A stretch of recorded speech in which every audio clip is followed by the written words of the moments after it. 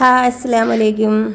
ഇന്നിപ്പോൾ രാവിലെ തന്നെ എൻ്റെ നാത്തൂൻ്റെ വീട്ടിലാണെങ്കിൽ ഞങ്ങൾ മൂന്നുപേരും പോകുന്നത് കേട്ടോ. ഇന്ന് നാത്തൂൻ്റെ വീട്ടിലാണ് നമുക്ക് എല്ലാവർക്കും നോമ്പ് തുറ വെച്ചേക്കുന്നത്.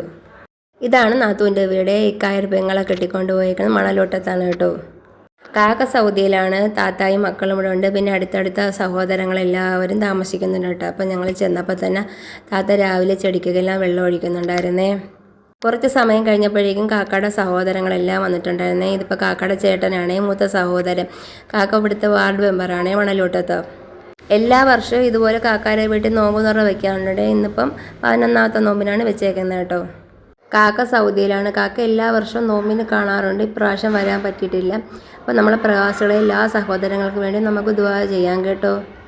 രാവിലെ തന്നെ ചെറിയ ചെറിയ കാര്യപരിപാടികളൊക്കെ ചെയ്തു തുടങ്ങിയിട്ടുണ്ട് വൈകിട്ടത്തേക്കുള്ളത്.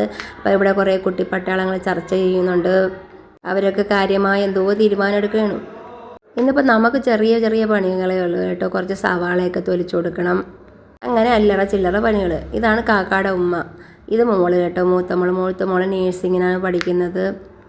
ഇന്നിപ്പോൾ ബീഫ് കറിയും വയ്ക്കണം, ചില്ലി ചിക്കനും വയ്ക്കാം. ബാക്കി കാപ്പി ഐറ്റംസ് എല്ലാം നമ്മൾ വെളിയിൽ നിന്നാണ് വാങ്ങുന്നത് കേട്ടോ. പൊരിപ്പില്ല. ഇവിടെ ഇപ്പോൾ എല്ലാവരും കൂടെ ചേർന്നാണ് പാചകമൊക്കെ ചെയ്യുന്നത് കേട്ടോ. അതൊക്കെ അടിപൊളിയായിട്ട് കാര്യപരിപാടികൾ നടക്കുന്നുണ്ട് കേട്ടോ.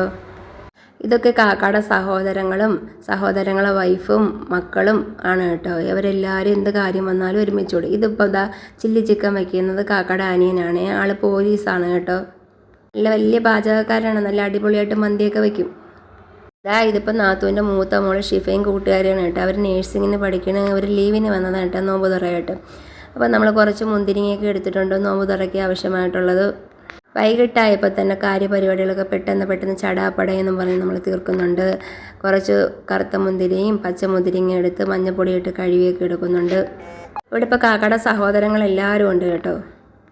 അവരെല്ലാവരും കൂടെയാണ് പാചകങ്ങളും ജ്യൂസടിയും എല്ലാം. ഇവരെല്ലാം അടുത്തടുത്താണ് താമസിക്കുന്നത് കേട്ടോ. അതുകൊണ്ട് തന്നെ എന്ത് കാര്യം വന്നാലും അവർ ഒരുമിച്ച് എന്ത് കാര്യത്തിന് ഓടിയെത്താറുമുണ്ട് കേട്ടോ. താത്താക്കൊരാവശ്യം വന്നാലും. പിള്ളേർ മൂന്നും കൂടെ നല്ലതുപോലെ ജ്യൂസ് അടിച്ച് സെറ്റാക്കി എടുത്തിട്ടുണ്ട്. നമ്മളിവിടെ കുറച്ച് ജ്യൂസും ഫ്രൂട്ട്സൊക്കെ റെഡിയാക്കി എടുക്കുന്നുണ്ട്. നമ്മളിവിടെ പലഹാരങ്ങളെല്ലാം പുറത്തുനിന്നാണ് വാങ്ങുന്നത് കേട്ടോ. സമൂസയും വാങ്ങുന്നുണ്ട്, മുട്ട ബജിയും വാങ്ങുന്നുണ്ട്, മുട്ട സമൂസയും വാങ്ങുന്നുണ്ട് കേട്ടോ. പിന്നെ കുട്ടികളെ വകയായിട്ട് ഇവിടെ പിസ്സ റെഡിയായിട്ടുണ്ട്, മോമോസ് റെഡിയായിട്ടുണ്ട്. ഇതിൻ്റെ രണ്ടിൻ്റെ റെസിപ്പി ഞാൻ ഉടനെ വീഡിയോ അപ്ലോഡ് ചെയ്യുന്നതാണേ. തണ്ണിമത്തങ്ങയും മുന്തിരിങ്ങയും മുസമ്പിയും എല്ലാം നമ്മളിവിടെ റെഡിയാക്കി എടുത്തിട്ടുണ്ട് കേട്ടോ. അപ്പോഴേക്ക് ഓർഡർ ചെയ്യുന്ന സ്നാക്കെല്ലാം എത്തിയിട്ടുണ്ട് കേട്ടോ. നമ്മളതെല്ലാം സെറ്റ് ചെയ്ത് റെഡിയാക്കി മേശപ്പുറത്ത് വെച്ചിട്ടുണ്ട്. ഇതിപ്പോൾ ഒരു വെറൈറ്റി ആയിട്ട് വരുന്ന കേട്ടോ, മുട്ട സമൂസ. കഴിഞ്ഞ വർഷമൊക്കെ കാക്ക നോമ്പിന് നാട്ടിലുണ്ടായിരുന്നു കേട്ടോ. ഇപ്രാവശ്യം വരാൻ പറ്റിയിട്ടില്ല.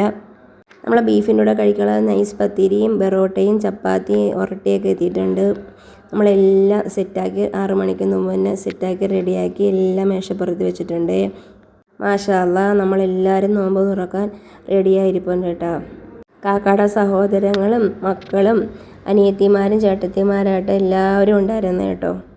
ഇതാണ് കാക്കയുടെ ഉമ്മ കേട്ടോ. അൽഹംദുലില്ലാ. നമ്മളെ മാതാപിതാക്കൾക്ക് വേണ്ടി നമുക്ക് ദുആ ചെയ്യാവേ. നിങ്ങളെ പ്രാർത്ഥനയും നമ്മളെ ഉൾപ്പെടുത്തണം കേട്ടോ.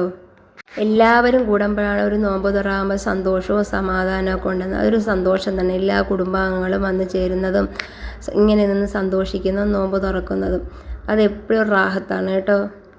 അൽഹംദുലില്ലാ, എല്ലാം റാഹത്തായിട്ട് നോമ്പൊക്കെ മുറിച്ച് അത് കഴിഞ്ഞ് നിസ്കാരമൊക്കെ കഴിഞ്ഞ് നമ്മളെല്ലാവരും ഭക്ഷണം കഴിക്കായിരുന്നു കേട്ടോ. അങ്ങനെ സന്തോഷത്തോടെ സമാധാനത്തോടെ നല്ലൊരു നോമ്പ് തുറ കഴിഞ്ഞു. അപ്പം നിങ്ങളെല്ലാവരും നമുക്ക് വേണ്ടി ദുആ ചെയ്യണം. അപ്പം നിങ്ങൾക്ക് എല്ലാവർക്കും റമളാൻ കരീം. നിങ്ങളെയൊക്കെ പ്രാർത്ഥനയും ഞങ്ങളെ കൂടി ഉൾപ്പെടുത്തണം.